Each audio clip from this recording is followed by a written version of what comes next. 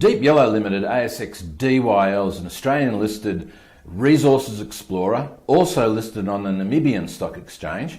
And with me today I have the Managing Director, Greg Cochran. Welcome, Greg. Good morning, Tim. Nice to be here. Now, you've got some very interesting developments with Deep Yellow, but before we talk about that new project, first can we just go through Deep Yellow and a bit of short history there? Sure, Tim. Thanks very much. Yeah, look, we've been around for more than 10 years as a uranium explorer. For the last 6, I've been running the company. Our focus is in Namibia, which is a tried and tested uranium miner.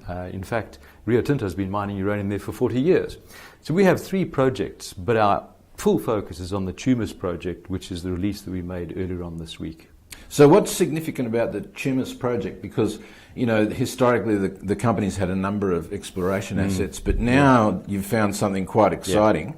And can you just outline exactly what the Tumas project is? Yeah, so in geological terms, it's what's known as a calcrete. So it's tertiary uranium, it's not primary uranium, similar to the Langer Heinrich style of mineralisation that Paladin mines.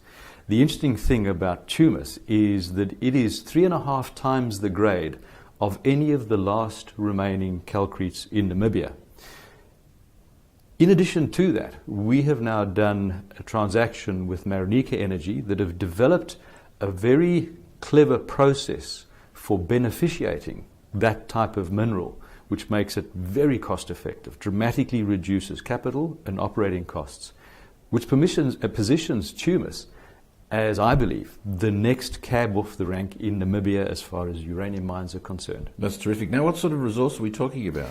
At this stage, still relatively small. We've got a 12 million pound resource running at about 360 ppm in round figures. There is a small resource update that's due any day now.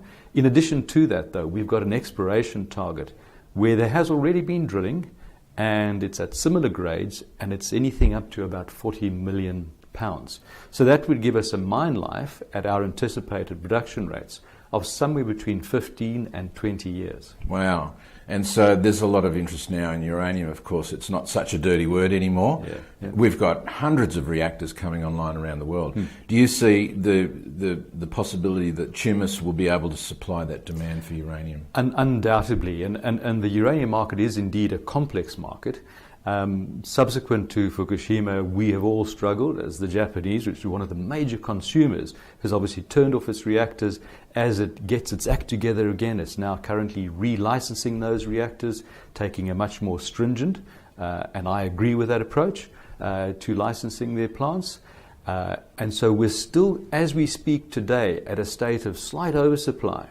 But within the next 2 to 3 years, that picture is going to change very dramatically as the Japanese turn on their reactors and as the Chinese continue to commission new reactors. And then the change, as we've seen before, like in 2006 and 2008, when it happens very quickly. Yes. Now, I know that, you know, in the past, nuclear power wasn't such a great green alternative, but now when we're talking about fossil fuels and nuclear energy, you know, the choices are now becoming quite clear: clean nuclear energy. But something I think that's very interesting that a lot of investors wouldn't know is that for a new nuclear plant starting up, they need around 3 years of fissionable material. Yes.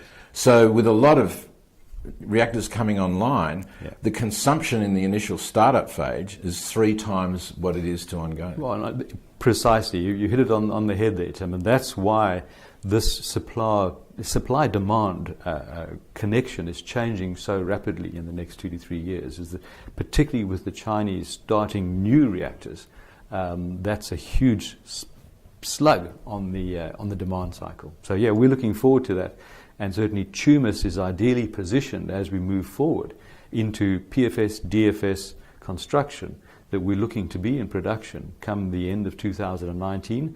There's not many mines that can come in that period of time at our expected cost base and operating cost as well. So we're no longer talking about trigger prices as some of the peers in the industry are talking about of $75 a pound. We're talking about something substantially lower. That's very exciting. So for investors watching, they can visit your website, deepyellow.com.au. That's correct, yep. And also track the performance of the stock on the Australian Stock Exchange under the ticker code DYL. Managing Director Greg Cochran, thank you very much Tim, today. thanks very much for your time. Nice talking to you.